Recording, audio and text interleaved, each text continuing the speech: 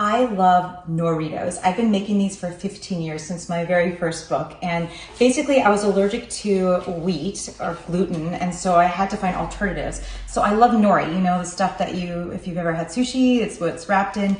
I just buy it, I buy the raw kind online because it's less expensive. I take it and I use it as a wrapper, and you could put whatever you want on there. So today I'm gonna do the Middle Eastern Mediterranean style. So I've got some hummus. Now I love to make my own hummus, but I didn't have time today, so I always keep some oil-free hummus in my fridge. I'm gonna spread it on.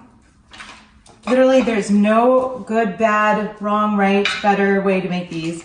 Whatever you like, and then stuff whatever you want into them. So today I have some slivered up cucumbers and slivered up bell peppers, whatever vegetables you like. I like to keep cut up vegetables in my fridge because when I have time, I just cut them all up and then they're ready to go.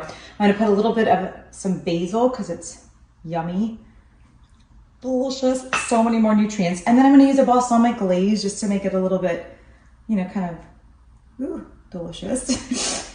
And that's it. And so now here's why it's a Norito, is that I'm going to pretend it's like a sushi roll. I did take a sushi class in college, did not know what I was doing. And you just wrap it up, and then I don't know how to cut it because I didn't learn that very well either. So I eat it like a burrito, hence a Norito.